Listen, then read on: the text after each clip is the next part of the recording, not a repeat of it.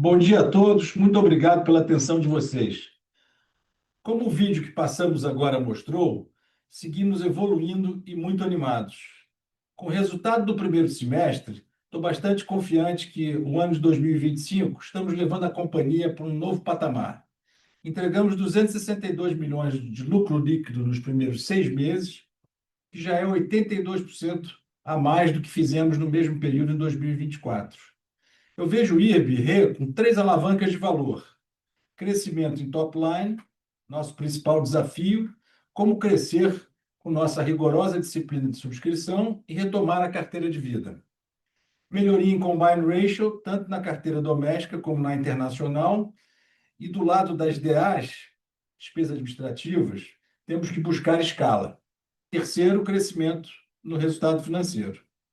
A partir desse trimestre, passamos a utilizar a nomenclatura internacional para não vida, que é P&C, Property and Casualty. Esse é o nosso negócio principal. O segmento de vida, que já chegou a representar 30% dos nossos prêmios no segundo trimestre de 2024, agora responde por aproximadamente 3%. Mas em 2026, nós vamos colocar bastante energia nesse ramo. Falando dos resultados, eu destaco 3 pontos. O prêmio retido de P&C cresceu 15% no segundo TRI de 25, comparado ao segundo TRI de 24. Olhando para o acumulado dos últimos 12 meses, essa alta chega a 20%. Fechamos o trimestre com o índice combinado em 90%, considerando o efeito positivo de reversões pontuais referentes a sinistros de negócios anteriores a 2020. Sem esse efeito, o índice combinado de P&C fica em 96%, próximo ao que consideramos ideal. Por último, o resultado financeiro cresceu 25% no primeiro semestre de 25. No segundo trimestre, tivemos dois eventos pontuais que fizeram com que esse resultado ficasse praticamente no mesmo nível de 24, mesmo acelerando a venda do Global 26, que também impactou negativamente o resultado. Com esses drivers, atingimos um nível de solvência de 237% e um retorno anualizado sobre patrimônio líquido tangível, que é descontando o crédito tributário, de 23%. No segundo slide, destacamos alguns dos eventos que ocorreram nesse período. Dois deles demonstram a nossa vocação para inovação e protagonismo em relação aos riscos climáticos. Falo da primeira emissão da letra de risco do seguro no Brasil e do segundo fórum IRB-P&D, que aconteceu semana passada. Para sermos líderes em inovação, precisamos ter um time de excelência e investir em tecnologia e dados. Então, nesse call, convidei a Ana Paula, que era a nossa diretora de controladoria, e em julho, agora, assumiu a diretoria de TI e dados para contar os nossos planos nessa área. Fomos novamente listados entre as melhores empresas para trabalhar pelo Great Place to Work, o que muito nos orgulha. Temos hoje um time animado, engajado, e melhor ainda, preparado para os desafios e as oportunidades que estão por vir. Em junho, convidamos investidores e analistas ao nosso escritório no Rio de Janeiro para uma imersão no universo do seguro e resseguro, de uma forma gamificada e dinâmica. É o nosso jogo Reação. Tivemos feedback bastante positivo e continuaremos engajados na tarefa de educar o mercado sobre como funciona o setor ressegurador, já que somos o único player listado na B3. Passo agora a palavra ao Castilho para falar do nosso principal negócio. Obrigado, Falcão. Muito bom dia a todos. É um prazer estar aqui novamente fazendo comentários sobre a evolução do nosso negócio no segundo trimestre de 2025. Nesse primeiro slide, gostaria de falar sobre o perfil da nossa carteira. No primeiro gráfico, na parte superior esquerda, observamos a distribuição pelas linhas de negócio, separando vida e P&C. Observamos que a carteira total diminuiu 16% quando comparamos o segundo trimestre de 2025 com o mesmo trimestre de 2024. Esta redução de prêmio retido é totalmente explicada pela queda no negócio de vida, queda essa decorrente do cancelamento de uma grande conta que decidimos não renovar por não ser rentável, já mencionado em apresentações anteriores. Portanto, quando olhamos para o nosso negócio principal, P&C, nosso prêmio passa de 698 milhões de reais para 799 milhões no segundo trimestre de 2025, o que representa um crescimento de 15% em relação ao mesmo trimestre do ano anterior. Ou seja, como sempre mencionamos, a ideia é continuar selecionando riscos e crescendo nos negócios de maior rentabilidade. Olhando para os gráficos da parte inferior do slide, apenas para ilustrar, verificamos claramente que o segmento de vida, que representava 30% dos nossos prêmios no segundo trimestre de 2024, agora representa 3%. Por outro lado, a linha patrimonial, que era 36% da carteira, atualmente representa mais da metade do nosso negócio, com 54%. Sob a ótica de diversificação geográfica, no gráfico superior direito, verificamos que crescemos no mercado da América Latina em 32% e no mercado internacional, resto do mundo, em 48%. Brasil continua sendo o nosso negócio principal e sempre será. É o mercado que mais conhecemos, onde falamos a língua, conhecemos os riscos, o sistema legal e ainda com muitas oportunidades de penetração do seguro. No segundo trimestre, Brasil representou 64% do nosso prêmio. No próximo slide, apresentamos os indicadores totais separando visão P&C e vida. Na parte superior esquerda, registramos um prêmio retido de P&C crescendo 15% em relação ao segundo trimestre de 2024, conforme já mencionamos anteriormente. O resultado de subscrição de P&C, de 216 milhões, cresce muito comparado ao mesmo período de 2024, que foi de 94 milhões. Mas gostaria de lembrar que há um ano atrás tivemos as enchentes no Rio Grande do Sul, onde provisionamos 257 milhões. O resultado positivo desse segundo trimestre de 2025 foi principalmente devido às linhas de patrimonial e rural. É importante destacar que, mesmo que nossa expectativa em relação ao prêmio do segmento de agro tenha ficado aquém da expectativa inicial, ela se manteve estável comparado com o segundo trimestre de 2024. No ramo rural, devido à baixa sinistralidade, o resultado de subscrição foi 11% superior ao trimestre anterior.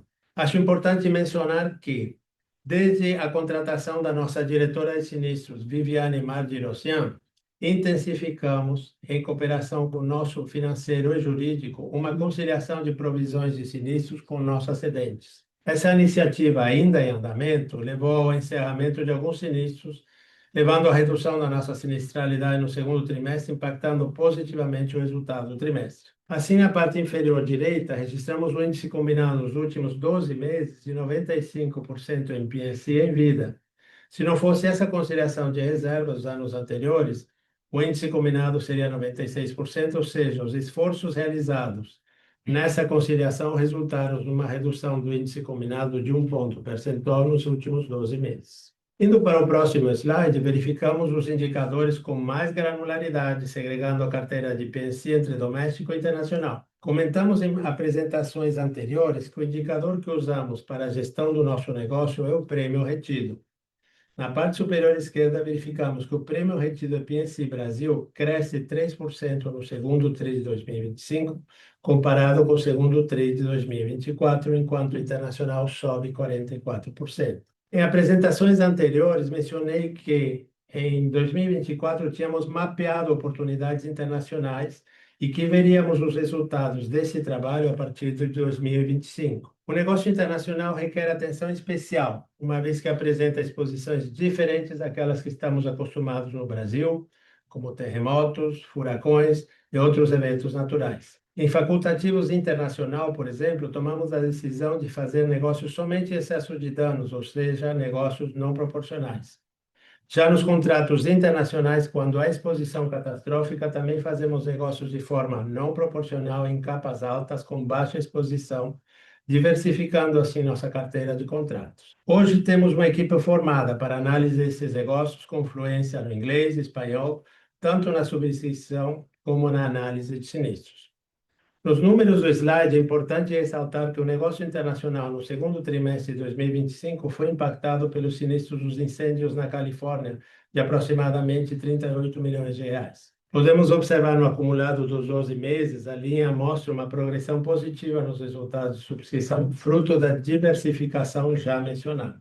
Neste slide, podemos observar que o lucro líquido da P&C foi originado principalmente pela carteira doméstica, que também apresentou índice combinado dentro dos objetivos da nossa estratégia. No próximo slide, observamos a melhora contínua da sinistralidade, consequência de uma subscrição responsável e disciplinada. Como mencionei anteriormente, além da baixa sinistralidade, realizamos neste trimestre um trabalho de conciliação de reservas que gerou ajustes favoráveis à companhia da ordem de 48 milhões de reais em junho. Notem que a sinistralidade de 52% do trimestre é decorrente dessa conciliação de reserva e não será considerada como base na precificação dos novos negócios.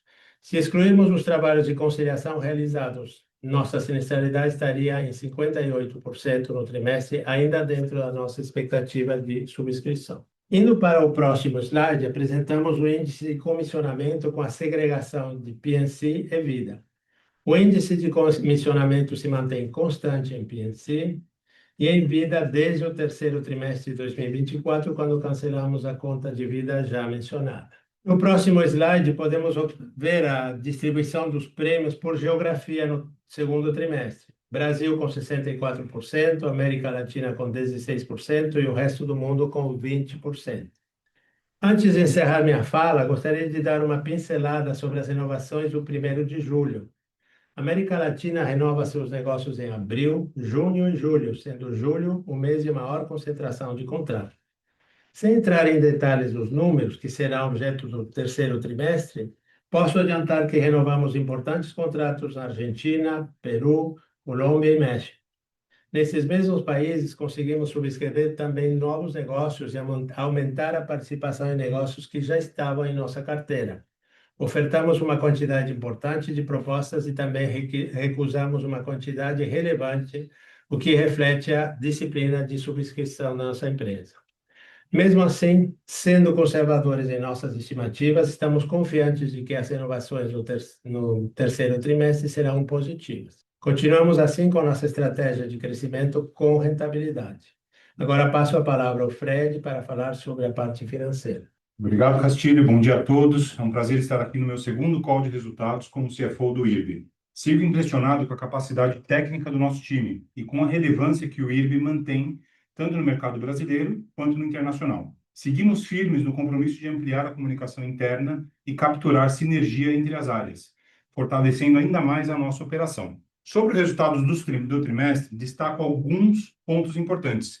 Reforço a mensagem do Castilho quanto à disciplina técnica na subscrição e permanece como nosso principal norteador, refletida na melhoria consistente dos índices de sinistralidade e rentabilidade técnica.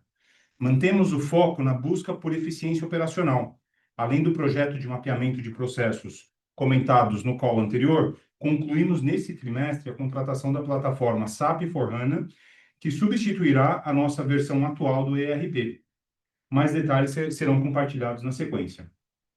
Seguimos mantendo o nosso nível de prudência atuarial, evidenciado pela estabilidade do indicador que relaciona provisões de sinistros ao prêmio retido. Esse resultado reforça o compromisso da companhia com a solidez técnica e a adequada mensuração das suas obrigações. No que se refere às despesas administrativas, seguimos com o desafio de trazer o índice total para patamares de single digit. Nesse slide, para melhor precisão na análise, passamos a apresentar o indicador em base de 12 meses acumulados, eliminando assim efeitos sazonais e pontuais. Considerando que somos uma companhia com 86 anos de história, o custo de legado ainda representa uma parcela relevante das despesas. E a partir deste trimestre, passamos a segregar as despesas em custos de in-force, diretamente relacionados à operação atual, e custos de legado, que são referentes a contratos de resseguros anteriores a 2020, e que englobam defesas de sinistros, defesas em ações judiciais e demais obrigações associadas. No gráfico, a barra em azul claro representa a despesa em force. Ela equivale a 9,5% da despesa administrativa sobre o prêmio ganho. Já a barra em cinza, ela indica o custo do legado, que corresponde a 2,4%, representando 91 milhões no acumulado de 12 meses. Sendo os principais itens deste legado o benefício pós-emprego, com 28 milhões de impacto, esses registrados no balanço na nota explicativa 20.4, que são referentes aos planos de aposentadoria e outros benefícios dos empregados. Relembrando, esses benefícios incluem plano de aposentadoria para funcionários admitidos até 1968, que chamamos de pré-68, e que incluem seguros de vida, auxílio funeral e plano saúde. Esses compromissos são cobertos por reservas matemáticas reavaliadas trimestralmente, conforme regulamentação da CVM. Também temos despesas relativas ao auto de infração fiscal, com 21 milhões de impacto, e eles foram referentes à não inclusão de lucro tributável no Brasil, referente a resultados de subsidiária no exterior. Seguimos comprometidos com a disciplina técnica, rigor na gestão de custos e investimentos estratégicos que reforçam a nossa posição de liderança no mercado. Entendemos que a nova segregação traz mais transparência aos custos atuais do IRB. Passando para o próximo slide, ilustramos nesse gráfico o comportamento do float, que é composto basicamente por sinistros a liquidar e IBNR, em relação ao volume de prêmios retidos. Observa-se que o float se apresenta em patamares saudáveis. Percebam a redução no montante absoluto das provisões técnicas, que é proveniente do re-underwriting feito pela administração. Apesar dessa redução, mantivemos o nível de prudência atuarial. Esse resultado reforça o nosso compromisso com a solidez técnica e a adequada mensuração de nossas obrigações futuras. Essa métrica também reforça os recursos provenientes das nossas cedentes. São plenamente suficientes para fazer frente a eventuais sinistros reportados e futuros.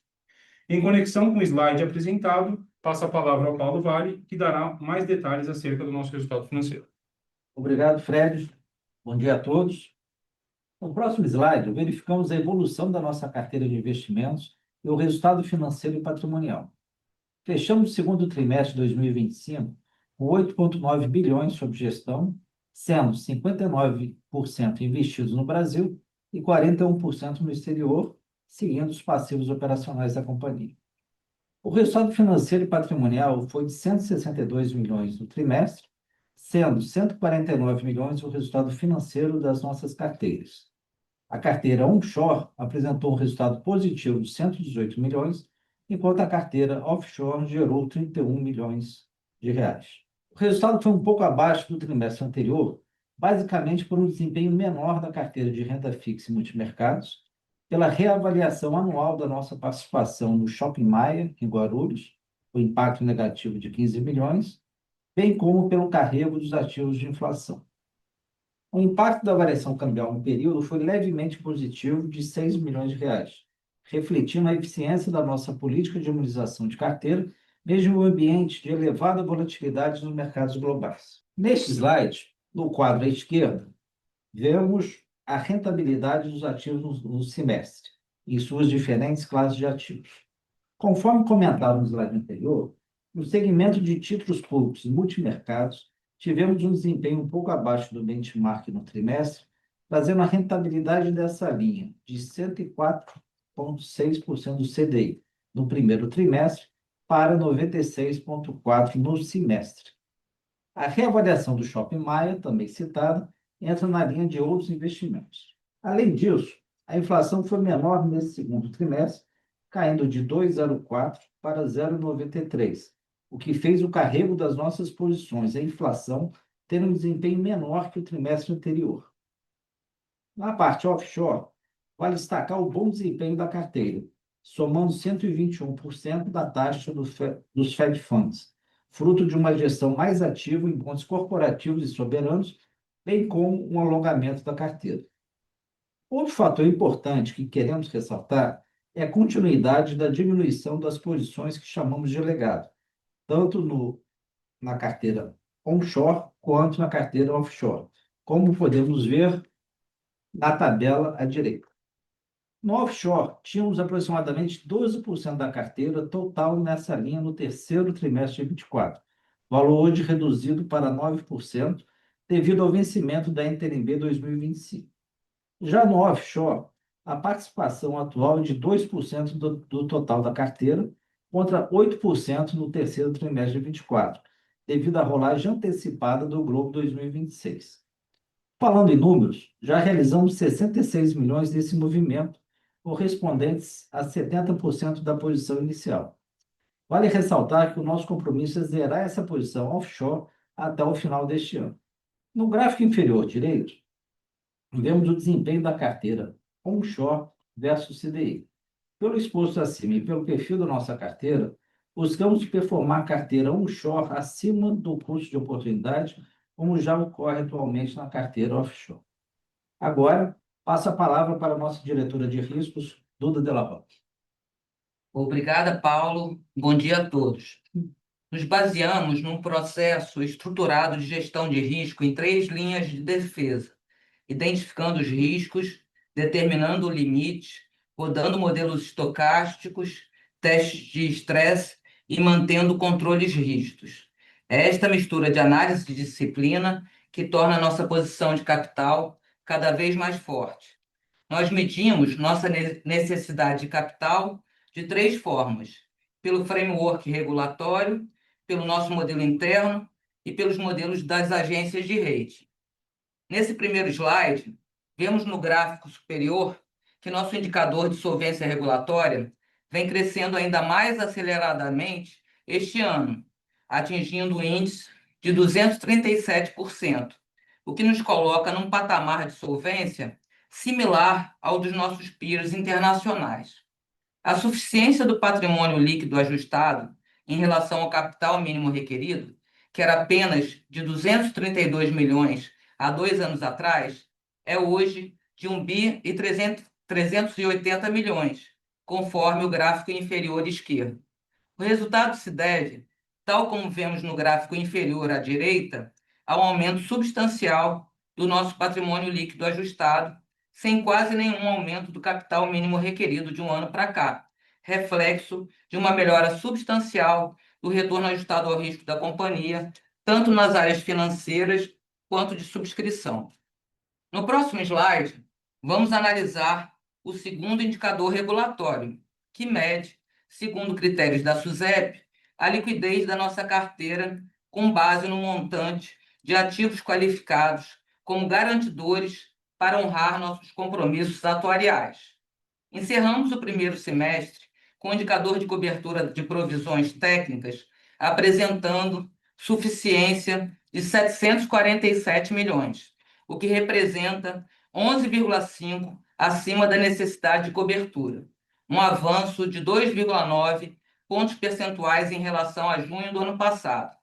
Vale destacar que, além desse excedente de 747 milhões, contamos também com 200 milhões em ativos livres, não vinculados às provisões técnicas, que serão destinados ao pagamento das debêntures previstas para outubro e dezembro desse ano, restando apenas 86 milhões a serem desvinculados. A gestão do caixa e de hedge da companhia é feita através do nosso ALM dinâmico, que pauta reuniões semanais entre nossa diretora estatutária de Finanças e Contabilidade, Thaís Vargas, Paulo Vale, eu e nossas equipes. Nesse slide, apresentamos os indicadores de risco calculados no nosso modelo interno. Acompanhamos mensalmente como estão evoluindo todos os nossos tipos de riscos com relação aos limites estabelecidos para perdas potenciais, estratégicos, subscrição, liquidez, mercado, crédito e operacional. Estabelecemos também limites para outros indicadores fundamentais, tais como o BICAR, índice de solvência da agência de rating AM Best. Aderentes à resolução CNSP 471, estamos implementando nosso projeto ORSA para incorporar os riscos de contágio, ASG, cibernético e de concentração. No próximo slide, indicamos os destaques recentes da pauta ESG. O Falcão já destacou o segundo Fórum IRB de Pesquisa e Desenvolvimento.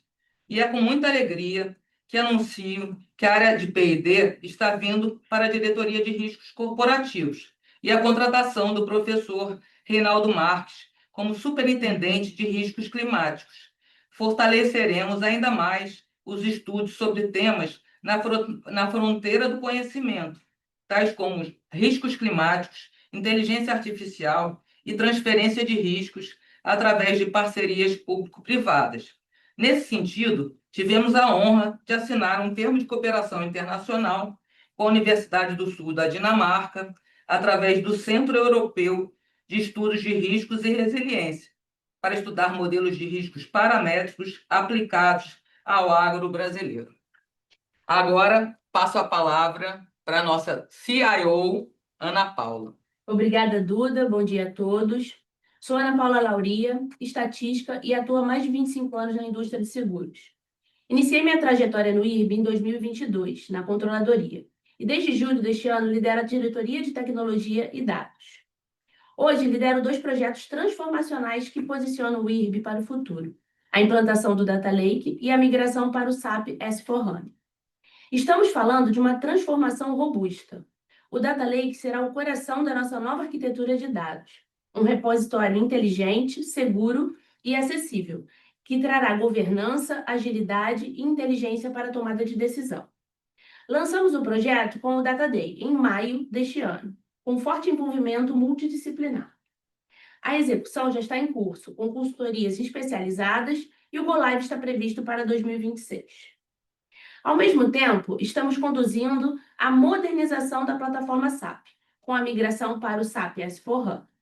E essa não é apenas uma atualização de sistema, é uma base tecnológica fundamental para conectar dados, automatizar processos e habilitar o uso de inteligência artificial no futuro. Não se trata de uma troca de ERP, mas sim de uma evolução da nossa infraestrutura digital. E falando em futuro, a inteligência artificial já está no nosso dia a dia. Com base na estrutura sólida de dados que estamos construindo, a inteligência artificial trará escala, eficiência e inovação contínua para o nosso negócio. Teremos um primeiro marco com o IAD, onde vamos identificar oportunidades, desafios e acelerar a cultura digital do nosso time. Estes investimentos refletem nosso compromisso com a perenidade, eficiência e a competitividade do IRB. Com isso, encerro minha fala e retorno a palavra para o Fred. Agora, na sequência, apresentaremos o nosso desempenho no IFRS 17. No segundo trimestre, o lucro líquido foi de 107 milhões, comparados com 194 milhões no mesmo período em 2024. O resultado da prestação de serviços de resseguros totalizou 196 milhões no segundo trimestre, representando um crescimento em relação a 2024, quando atingiu 151 milhões. Os segmentos patrimonial e rural contribuíram de forma relevante para a composição do resultado. Nos próximos slides, vamos apresentar os principais fatores que explicam a variação observada no resultado da companhia. No próximo slide, no resultado da prestação de serviços, os principais fatores foram a redução da sinistralidade no segmento rural, em contratos subscritos em 2024, e a estabilidade da metodologia do ajuste de risco, que contribuiu para a manutenção do resultado.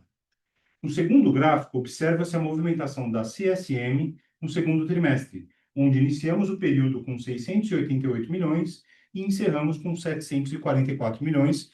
Essa variação foi influenciada principalmente por ajustes positivos de 199 milhões na CSM, a entrada de 117 milhões de novos negócios no trimestre e pela amortização natural da CSM, de 268 milhões, concentrada principalmente no segmento patrimonial, em linha com o padrão de prestação de serviços da companhia. Passando para o próximo slide, destacamos o impacto da CSM neste trimestre.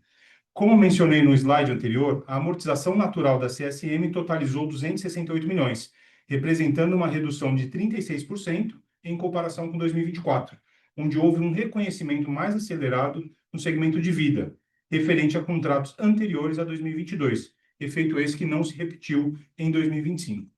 Por outro lado, a CSM oriunda de novos negócios totalizou 117 milhões no trimestre, representando um crescimento de 12,5%, com maior destaque para o segmento patrimonial.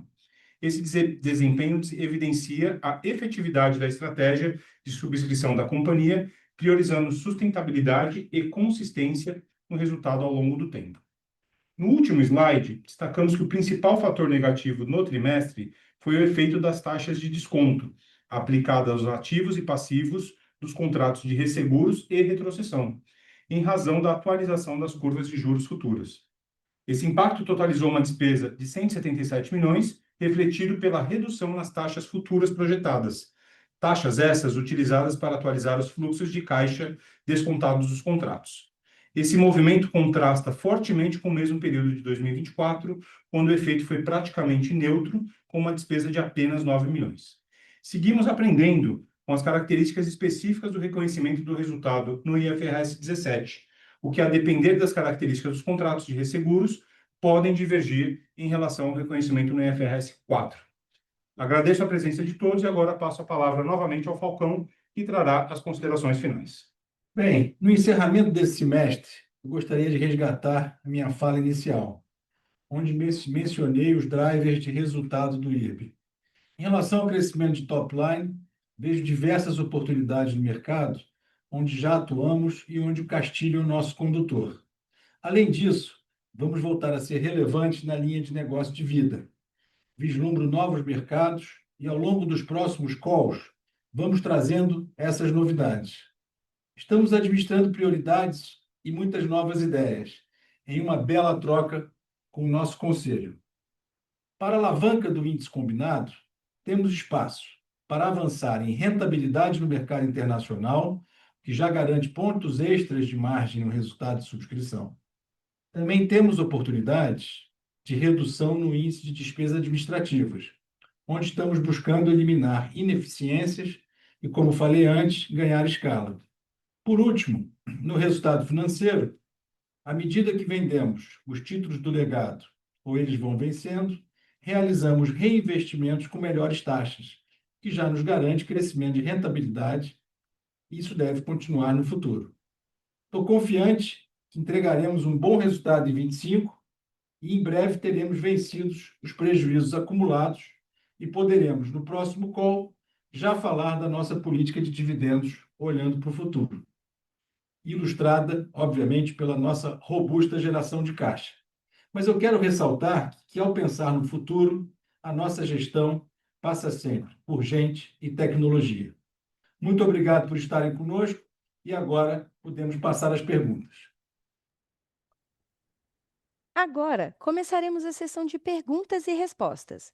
Lembrando que, para fazer perguntas, vocês devem clicar no ícone Q&A na parte inferior de sua tela para entrar na fila. Ao ser anunciado, uma solicitação para ativar o seu microfone aparecerá na tela. E então, você deve ativar o seu microfone para fazer perguntas. Solicitamos, por gentileza, que as perguntas sejam feitas todas de uma única vez. Vamos à nossa primeira pergunta. É do Arnon Shirazi, do Citi. Arnon, iremos habilitar o áudio que você possa realizar a sua pergunta. Arnon, pode prosseguir, por favor. Fala pessoal, bom dia. Acho que o resultado ficou muito claro com a recuperação que vocês têm mostrado. Parabéns pelo todo o empenho. Acredito que a companhia está indo numa direção muito boa e, mais uma vez, acho que vocês acertaram bem na estratégia e estão na direção certa, tá? Minha pergunta é referente a oportunidades e alavancas de crescimento. Ficou muito claro a questão de vida que vai ser retomada, mas qual vai ser a estratégia de vida daqui para frente? O que a gente pode esperar? Se vai ser no mercado local ou internacional? E como deve ser, digamos, a rentabilidade desse novo produto? E minha última pergunta é referente a outras alavancas de crescimento, além do Vida, daqui para frente. Obrigado. Arnon, bom dia, tudo bem? É o Falcão, tudo bem? Tudo certinho. Obrigado pela tua pergunta e pelos teus comentários generosos. A questão de vida é o seguinte: você sabe que o nosso business it's all about people, né? É sobre pessoas. Então, a gente está trazendo um time de vida que vai estar aqui até o final do ano. E a gente está fazendo isso com muita calma, como esse business tem que ser feito. Eu acredito que vai ser um business de vida parecido com de outras resseguradoras, né, com uma equipe em padrões internacionais, e a gente vai fazer, obviamente, os negócios na proporção geográfica mais ou menos parecida com o que a gente tem hoje no lado de P&C, tá? Não tenho muitos detalhes ainda, a gente está começando a rabiscar esse business plan, e eu acho que no próximo call a gente já vai ter uma visão melhor e a gente pode dar mais cor para você. Desculpa te frustrar com pouca informação, mas eu acho que ao longo do ano a gente vai falando com mais cautela e sempre que a gente tem reportado tudo com muita transparência. Então, não se preocupa que na hora certa você vai ter informação, tá? Sobre outras estratégias de crescimento, eu acho que a gente tem olhado, tem muitas ideias aqui, a gente tem pensado bastante sobre outros mercados. A gente cresceu bastante agora no mercado internacional. A gente está muito animado, que a gente conseguiu crescer um pouco em América Latina. Acho que o PNC, a gente conseguiu finalmente mostrar aí um crescimento 15% trimestre contra trimestre, 20% comparados os últimos 12 meses. Então, acho que a gente vai continuar nessa toada, mas nós temos esse cacuete, você sabe, que o cacuete a gente só vai crescer se for rentável. A gente não vai se encantar nem se emocionar, mesmo com a pressão de todo mundo buscando o top line só vai acontecer se o bottom line que ele gera for bom. As pessoas se assustaram um pouco, eu acho, que com os prêmios comparados do ano para o outro, porque a gente cancelou aquela carteira de vida, né? Mas olha que maravilha, a gente cancela a carteira de vida e o resultado cresce dessa forma, né? Tem até uma linha mais inclinada de crescimento de resultado. E a gente espera continuar crescendo e entregando. Minha cabeça, que vocês já sabem, é crescer lucro por ação, trimestre a trimestre, ano a ano, e é isso que a gente vai buscar. De novo, obrigado pela tua pergunta. Ótimo, super claro. Resposta, acho que bem em linha aqui com o que eu estava esperando. E, sem dúvida, essa questão de clareza na divulgação de informações acaba ajudando bastante a gente ter noção de como está rodando o business, tanto local e internacional. Obrigado mais uma vez. A nossa próxima pergunta é da Maria Luísa, do Safra. Maria, iremos habilitar o áudio para que você possa realizar a sua pergunta. Maria, pode prosseguir, por favor? Bom dia, pessoal. É, Parabéns pelos resultados. Obrigada pelo comentário que o Castilho fez com relação ao impacto positivo nesse trimestre que aconteceu, dadas as reavaliações das reservas de sinistros passados que vocês fizeram. Eu sei que é um processo contínuo aí de avaliação de vocês, mas eu queria entender se pelo diagnóstico que vocês fizeram até agora, vocês já conseguem ter alguma avaliação com relação a qual que é o espaço para que essa reavaliação continue, causando possíveis impactos aí no sinistro e na sinistralidade como um todo para frente. E se tem algum valor que vocês conseguem compartilhar com a gente aqui que a gente possa esperar para os próximos tris? Obrigada. Maria Luísa, bom dia, obrigado aí. Fred falando aqui, tudo bem? Esse é um trabalho contínuo, tá? Que a gente segue fazendo, ele é um recorrente e não recorrente, né? Então a gente faz essa conciliação aí de forma contínua, trabalho que a gente se debruçou de uma forma mais efetiva agora, mas é um trabalho que é sempre feito, tá? Então a gente dá um valor muito complexo, né? Justamente por ser parte do nosso processo operacional e como vem sendo feitas as tratativas de sinistro, tá, Maria Luísa? Mas é um trabalho que eu posso afirmar aqui, né, que é um trabalho multidisciplinar e que está sendo feito com bastante cautela e junto às cedentes. É o Falcão aqui, complementando o Fred. Eu acho que o que vai acontecer é que a cada trimestre isso vai ser uma nova linha de reports, tá? E a gente tem um estoque razoável para ver isso. A gente teve acho que um resultado bastante expressivo nesse TRI. Acho que a gente vai ter um resultado também no terceiro TRI, que a gente está vendo o trabalho agora já se desenrolando nesse terceiro TRI, e com muita serenidade. Não quer dizer que vai ter em todos os TRIs, mas a gente não é uma coisa orçável, tá? Mas é uma coisa que a gente vai buscar com afinco enquanto tiver reservas antigas e ajustes antes de 2000. A gente está fazendo antes de 2020, por enquanto, né? E eu acho que faz parte de uma empresa de longo prazo, né? Na realidade, eu acho que isso aí são hidden assets, né? Na realidade, que a gente tem que estão aparecendo, tá? De novo, é Perfeito, muito obrigada. difícil te precisar, tá, Maria? A nossa próxima pergunta é do Guilherme Grespan, do JP Morgan. Guilherme, iremos habilitar o áudio para que você possa realizar a sua pergunta. Guilherme, pode prosseguir, por favor? Oi, bom dia, Falcão, Castilho, Fred. Parabéns pelos resultados e mais uma vez obrigado pela apresentação. A minha pergunta é de dividendo. Quando a gente olha aqui o ROI tangível de vocês, já está próximo de 20%. E quando a gente pensa aqui em capacidade de distribuição, geralmente a gente linka aqui a um crescimento de solvência. Em última instância, acho que está linkado mais a top line e provisão. Que no caso de vocês, eu acho que as duas coisas estão. Top line tá num nível mais razoável, low single digit, e provisão está melhorando. Então, olhando para frente, na verdade, quando a gente pensa no ROI tangível de 20, com uma baixa necessidade de retenção de capital, eu acho que no papel daria para imaginar um nível de distribuição bem alto. O que poderia ser o ponto, acho que contrabalanceia isso, é vocês acharem novas oportunidades de investimento, né? Então, Falcão, você falou de vida, eu acho que no passado já se cogitou também fazer um braço de seguro primário. Queria só ouvir de vocês, se vocês veem grandes alocações de capital no próximo ano, que faria com que esse payout pudesse ser bem menor do que no papel indicaria. E aí, se eu pudesse só fazer um follow-up rápido na última pergunta, e só para esclarecer, ainda não ficou 100% claro para mim, exatamente, tecnicamente falando, o que é a reavaliação que vocês estão fazendo? São disputas judiciais, são sinistros antigos que não foram claimed pelo cedente? Exatamente o que foi a mudança? Obrigado. Grisman, tudo bem? Eu vou fazer o seguinte: a segunda pergunta tua, eu vou deixar o Fred responder primeiro, depois eu respondo a primeira, tá? Vai lá, Fred. Não, obrigado, Guilherme.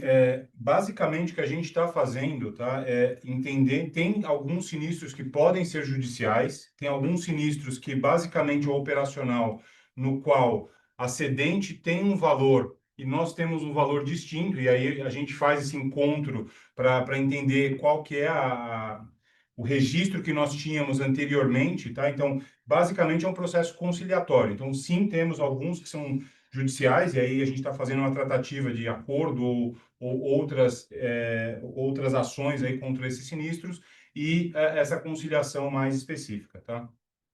Perfeito. Ficou claro, Guilherme? Ficou, tá claro sim, agora a natureza, tá super claro. Maravilha. Dividendo. A tua pergunta de dividendo é uma maravilha, porque você já respondeu ela, Guilherme. Se você pensar, você disse, né, que com esses, se eu não conseguir usar o capital, a gente distribui muito. Se eu conseguir usar, a gente vai distribuir pouco. A gente não tem ainda uma política de dividendos além da estatutária. A gente está aqui nesse processo de discussão interna. E a gente vai no próximo call, minha meta no próximo call, trazer essa política de dividendos, já que a gente espera ter vencido todo o prejuízo acumulado até lá, né? Inclusive, a gente pode usar JCP como instrumento de distribuição, pode usar dividendo, mas eu acho que dado esse retorno que você colocou aí do Tangible Equity, essa é uma empresa que deveria ser uma empresa com um dividend yield atraente, né? Eu acho que esse é o nosso objetivo e, de novo, esse é o nosso objetivo. Espero conseguir entregar isso em breve, tá? Eu acho que no próximo call isso vai ficando mais claro e aí no ano que vem acho que a gente vai voltar a ser um pagador de dividendo importante, né? E só se eu puder, talvez, colocar de outra forma, Falcão, você vê algum motivo para o seu top line de prêmio emitido acelerar para duplo dígito nos próximos trimestres? Eu não olho o prêmio emitido, Guilherme, eu olho o prêmio retido, tá? E o prêmio retido, P&C, acelerou 2 dígitos, né? Eu acho que é isso que a gente olha, porque o emitido, ele pode ter repasse de retro, às vezes tem algum business que você faz, que são os business de quase prestação de serviço, né? De repasse de riscos para empresas grandes que têm cativas no exterior. Então, é um outro business que não é o business de retenção de risco. O que a gente olha mesmo, que dá importância, o que a gente incentiva as pessoas, é o prêmio retido. E a gente acha que o nosso objetivo é que esse prêmio retido seja low double digits, tá? De crescimento, achando que com disciplina não dá para crescer muito rápido. Tá? Claro, tá claro. O ângulo aqui era mais capital e eu acho que o retido faz mais sentido mesmo. Tá bom, obrigado, Falcão. Obrigado a você. A nossa próxima pergunta é do Tiago Paura, do BTG. Tiago, iremos habilitar o áudio para que você possa realizar a sua pergunta. Tiago, pode prosseguir, por favor? Oi, bom dia, pessoal. Vocês me escutam? Perfeitamente, Thiago. Bom dia, tudo bem? Tudo bem, Falcão, Castilho, Fred, turma toda do IRB, parabéns aí pelos resultados. Muito legal ver, inclusive, o vídeo introdutório que vocês colocaram, né? Muito bacana ver aí o turnaround da companhia, né? O que vocês entregaram nos últimos anos, desde que vocês assumiram. E bacana ver também, porque a gente acompanha a companhia há muito tempo, né? E também fez parte aí um pouquinho dessa trajetória. Então, primeiramente, aí, parabéns pelas entregas até agora. E aí, se eu puder, aqui do meu lado, na verdade, é só um follow-up aqui, desculpa de novo, em crescimento de top line, né? Que é o que a gente sempre vem falando aqui nos nossos relatórios, que praticamente parece ser o último aí bottleneck, né, da companhia, né? Apesar de ser um tema super importante. É, Só para entender o seguinte, e aí eu compreendo aqui a questão da descontinuidade do Vida, compreendo também a questão de observar sempre o prêmio retido, e aí tentando pegar um pouquinho mais das oportunidades de curto prazo para o portfólio ex-Brasil, mesmo com vocês sempre frisando que o Brasil é onde tem os grandes moats aqui, né? A gente vê uma distribuição que já foi um pouco mais focada aí em Latam e resto do mundo no segundo tri. É, Tem a questão do mercado nacional, está um pouco mais difícil, né? Tem toda a questão do agro, enfim. Só para tentar capturar um pouquinho se a cabeça de vocês, talvez, pelo menos nesses últimos 6 meses aí do ano, está mais focada, a gente pode ver alguma coisa mais voltada para ex-Brasil, né? Talvez pontualmente, se tem alguma coisa fora daquele número mágico lá de 80-20 de exposição na cabeça de vocês que a gente pode estar observando aqui para o final de 2025. E se depois para frente, né, 26 em diante, aí a gente já volta a ter um pouco mais de relevância no Brasil. Obrigado. Thiago, obrigado aí pela você sempre muito carinhoso com a gente e re- reconhecendo o nosso trabalho. Primeiro de tudo aí, obrigado a você. Thiago, assim, essa discussão dá para a gente passar o resto do dia aqui, né, batendo papo. Vou tentar ser sucinto. A gente busca, né, o top line com muito afinco, né? E a gente não se emociona, de novo, eu sou repetitivo nisso, em ter que entregar se ele não for rentável, né? Mas o que aconteceu é que, com a nossa posição de melhor rating, de mais capital, de mais capacidade, a gente ganha acesso a contratos que a gente não tinha antes. E hoje um crescimento no internacional importante com acesso a esses contratos. Eu vou deixar o Castilho depois de mim falar um pouquinho, que ele dá um pouco de cor nisso. Isso eu acho que é número um. Número dois, eu acho que o mercado local foi bastante afetado aí pelo agro, né? E eu acho que a gente tem que entender, né, como é que vai ser isso, né? Uma política de subsídios do seguro agro, que não me pareceu a política que o Ministério da Agricultura gostaria de implementar. Então, foi uma política inesperada, né? Também a performance lá da inadimplência da carteira do Banco do Brasil também foi uma coisa que afetou todo mundo com o nosso contrato com o Brasil Segue, né? A gente espera que isso não fique tão ruim quanto foi esse ano. Então, acho que isso aí já vai ter uma oportunidade de crescimento. Terceiro ponto que eu levantaria, eu acho que é um ponto que eu não sei se está no radar das pessoas, pode ser interessante levantar, é que a gente está fazendo, e a gente vai apresentar isso no terceiro TRI também, uma enorme mudança na nossa forma de fazer a retrocessão. Isso vai fazer com que a gente retenha mais prêmio, e não é que isso vai impactar a rentabilidade no curto prazo, mas ela vai criar uma empresa mais rentável a médio e longo prazo. A gente tem muita confiança nisso, estamos fazendo muita simulação disso, e isso vai gerar alguns pontos aí de retorno sobre capital, e vai ser um ótimo uso de capital, tá? Então, talvez isso seja uma excelente oportunidade, às vezes até competindo com o uso de capital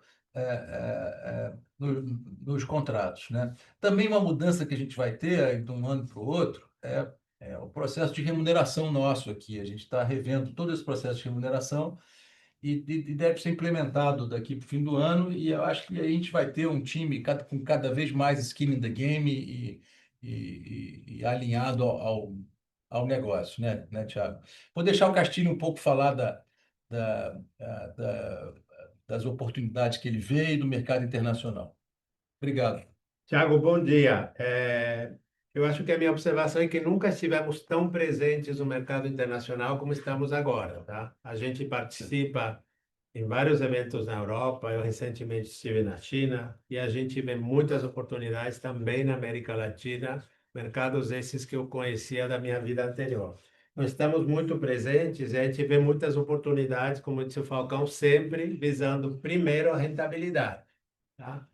E eu acho importante também mencionar que nesse mercado, e quando nós começamos em 2023, limpando a nossa carteira de negócio doméstico, a gente estava olhando sempre com o objetivo de um índice combinado de 95%. Estávamos cientes que levaríamos alguns trimestres para ver esse resultado devido à cauda de anos anteriores, tá? Já em 2024, nós mudamos a nossa estratégia internacional. Por exemplo, um negócio facultativo, decidimos que vamos fazer somente negócios não proporcionais. E nos contratos internacionais, também tomamos a decisão que, quando há exposição catastrófica, participaríamos em menor proporção, somente em faixas altas e nos lugares onde a gente acha que tem baixa ou controlada a exposição. Todo o nosso negócio internacional está sendo também precificado com esse target, com esse objetivo de 95 combinado.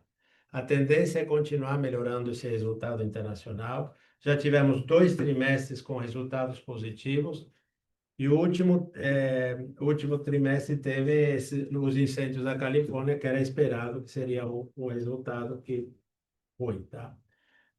Como no doméstico, sabemos que é uma pequena cauda, mas tenho confiança absoluta que temos um negócio internacional que passará a ser rentável. Então, vamos continuar visitando esses mercados e com certeza vamos ver mais oportunidades. Maravilha, Castilho, Falcão. Obrigado, hein? Obrigado a você, Tiago. Não havendo mais perguntas ao vivo, gostaria de voltar a palavra para a companhia para responder as demais dúvidas e perguntas enviadas via chat. Obrigado, Aline. Gente, eu sempre faço isso, a gente recebe bastante perguntas pelo chat, pelos chats. Eu vou tentar, julgando aqui o que já foi respondido ao vivo, e o que já foi comentado, então eu vou tentar passar aqui por essas perguntas assim de uma forma abrangente. Teve uma pergunta sobre o crescimento, que a gente já falou acho que bastante, né, do crescimento do P&C, que é o nosso foco, né,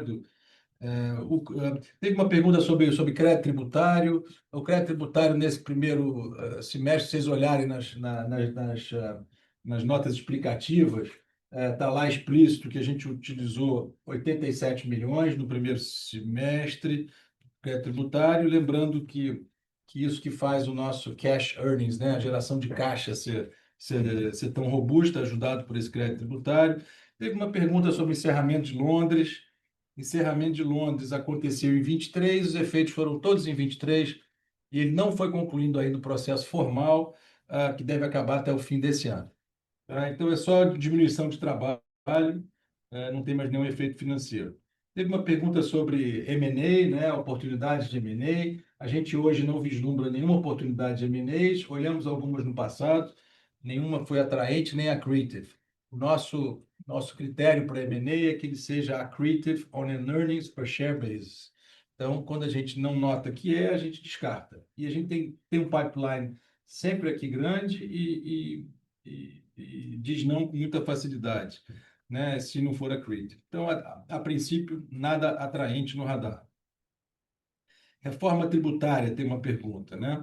Reforma tributária, o IBS, nosso setor é zero, e a gente não avaliou, acho que totalmente, acho que só vai ter certeza quando esse negócio entrar em vigor, mas é só para dizer que o PIS/COFINS não é mais devido também. Então, acho que vai ser, de certa forma, ruim não é, então, se for, é positivo. Tá? Dividendos eu já respondi, acho que agora, bastante. E a última pergunta que tem é sobre sucessão. Tá? A empresa tem um programa de sucessão, está sendo acompanhado pelo conselho. Tá? O meu compromisso com os acionistas e com o conselho hoje é ficar aqui pelo menos 5 anos, desde que eles queiram que eu fique esses 5 anos. Né? Obviamente, eles têm o poder de mudar o management na hora que eles quiserem. Então, a princípio, eu estou à disposição da empresa nesses próximos 5 anos, né? E temos, mas mesmo assim, temos um processo de sucessão para todos da equipe, tá?